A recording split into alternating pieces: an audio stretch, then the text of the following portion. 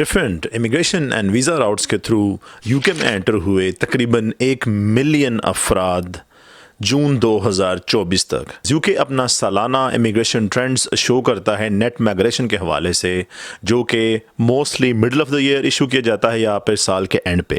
अभी जो ताज़ा तरीन रिपोर्ट्स आई हैं उनके मुताबिक यूके में जून 2024 तक गुज़िश्ता एक साल के दौरान, यानी जून 2023 से लेकर जून 2024 के दौरान तकरीबन नेट माइग्रेशन जो रही वो 7,28,000 है।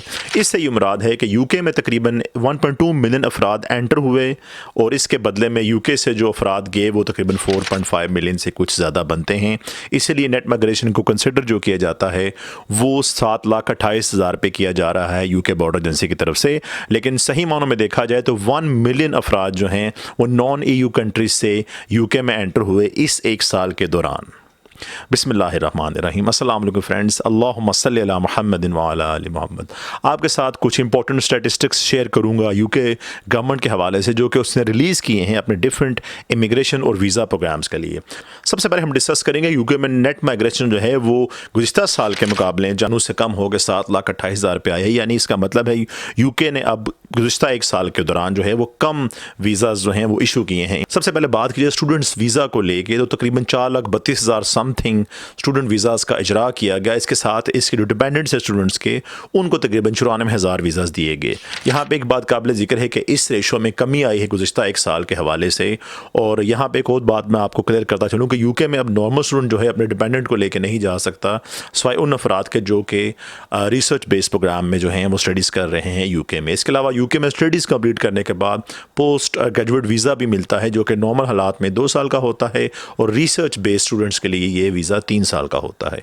इसके अलावा बात की जाए एक और इम्पोर्टेंट तरीन इमिग्रेशन स्ट्रीम है जिसको हम कंसिडर करते हैं फैमिली रीयूनिफिकेशन के अंडर। उसके थ्रू तकरीबन ऑलमोस्ट 84,000 अफराद को जो है वो डिपेंडेंट के तौर पे यूके का वीज़ा दिया गया, जो कि गुज़िश्ता साल के मुकाबले में ज़्यादा है। यूके में जब रूल्स चेंज किए गए इसी साल डिपेंडेंट्स के हवाले से भी, तो पहले तो कहा गया था कि सैलरी थ्रेशोल्ड रखी जाएगी जो फैमिली रीयूनिफिकेशन शादी का वीज़ा होता है उसके लिए 38,700 पाउंड सालाना, लेकिन उसको फिर काफ़ी ज़्यादा तनकीद के बाद 29,000 पाउंड पे ही सेट कर दिया गया था। हालांकि ये भी इंक्रीज़ है तकरीबन 9,000 पाउंड का। गुज़िश्ता जो सेट थी सैलरी थ्रेशोल्ड 20,000 पाउंड्स के मुकाबले में। तीसरे नंबर पे फ्रेंड्स हम बात करेंगे जो social and health care visa related visas issue किए जाते हैं जो कि फ़ेमस रहते हैं।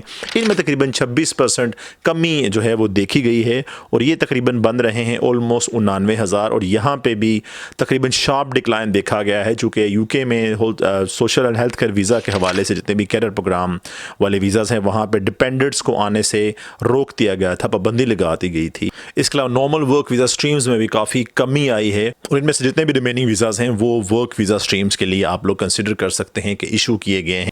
यहाँ पे मैं आपको एक इंपॉर्टेंट बात बताता चलूँ कि सबसे ज़्यादा वीज़ा जो इस वक्त दिए गए हैं गुज़िश्ता इस एक माली साल के दौरान वो इंडियंस को, नाइजीरियंस को और पाकिस्तानी को दिए गए हैं। तमाम स्ट्रीम्स को मिला के अकेले इंडियंस की ही मैं आपके सामने एग्जाम्पल रखूँगा कि स्टूडेंट वीज़ा तकरीबन 1,16,000 और वर्क वीज़ा तकरीबन 1,27,000 उनको रिलीज़ किए गए। यानी टोटल वीज़ा में से ऑलमोस्ट जो है 1 मिलियन जो नॉन EU अफराद आए, उनमें से सिर्फ इन 2 स्ट्रीम्स के लिए ही ऑलमोस्ट चौथा हिस्सा ही सिर्फ इंडियंस बन रहे हैं। बाकी स्ट्रीम्स में आप अंदाज़ा लगा लें कि मज़ीद उनके एप्लीकेंट जो हैं वो वीज़ा हासिल करने में सक्सेसफुल रहे होंगे। तो फ्रेंड्स ओवरऑल ट्रेंड जो है वो डाउनवर्ड्स है, सिवाय फैमिली रीयूनिफिकेशन वीज़ाज़ के हवाले से देखा जाए। ओवरऑल नेट माइग्रेशन भी जो है वो तकरीबन 9.5 लाख से कम होकर 7,28,000 पे आ गई है। तो इसका मतलब है यूके ने जो नए रूल्स इम्प्लीमेंट करवाए थे इस साल के स्टार्ट से ही, दिसंबर में ऐलान किया था 2023 में इम्प्लीमेंट करना शुरू किए, जनवरी में, मार्च में, अप्रैल में स्लोली एंड स्टडीली तमाम रूल्स को इम्प्लीमेंट किया गया और उसके बाद जो है यूके अब देख रहा है काफ़ी सारी चेंजेस के ओवरऑल नेट माइग्रेशन का जो ट्रेंड है वो डाउनवर्ड्स है। चूँकि सैलरी थ्रेशोल्ड देखा जाए तो वर्क वीज़ाज़ के लिए भी 26,800 से बढ़ा के तकरीबन 50% इंक्रीज़ उसमें कर दिया गया, तब 38,700 है। यानी 38,700 पाउंड सालाना सैलरी जो वर्कर हासिल करेगा यूके में, तब ही जाके वो वर्क वीज़ा हासिल कर पाएगा यूके का, सिवाय चंद शोबाजात के जिनमें pharmacy, social and health care worker, teachers और वेटरनरी से रिलेटेड जितने भी शोबाजात हैं ये शामिल हैं। इसके अलावा इमिग्रेशन सैलरी लिस्ट भी मुतारफ़ करवाई गई थी, जिसके लिए ज़रूरी है कि आप लोग जब यूके का वर्क वीज़ा अप्लाई करते होते हैं, तो शॉर्टेज ऑक्यूपेशन लिस्ट को ख़त्म किया गया है जिसके एक्स्ट्रा पॉइंट्स होते थे। अब उसकी जगह इमिग्रेशन सैलरी लिस्ट लाई गई है, उसके थ्रू जो आप लोग ऑक्यूपेशंस आपके मौजूद हैं वहाँ पे उसका होना ज़रूरी है, प्लस आपका जो एनुअल ऑन गोइंग रेट है वो भी मैच करना चाहिए यूके वर्क वीज़ा के हवाले से अगर आप लोग अप्लाई करते हैं। मैं अलग से आप लोगों के लिए एक वीडियो बनाऊंगा यूके वर्क वीज़ा के हवाले से कि किस तरह से इसका पॉइंट्स बेस्ड सिस्टम, किस तरह से इसके स्पॉन्सर्स से जॉब हासिल करना और इमिग्रेशन सैलरी लिस्ट के हवाले से तमाम इन्फॉर्मेशन मैं आपके साथ ज़रूर शेयर करूँगा अपनी नेक्स्ट वीडियो में। तब तक अपना बहुत सा ख्याल रखें। अल्लाह हाफ़िज़।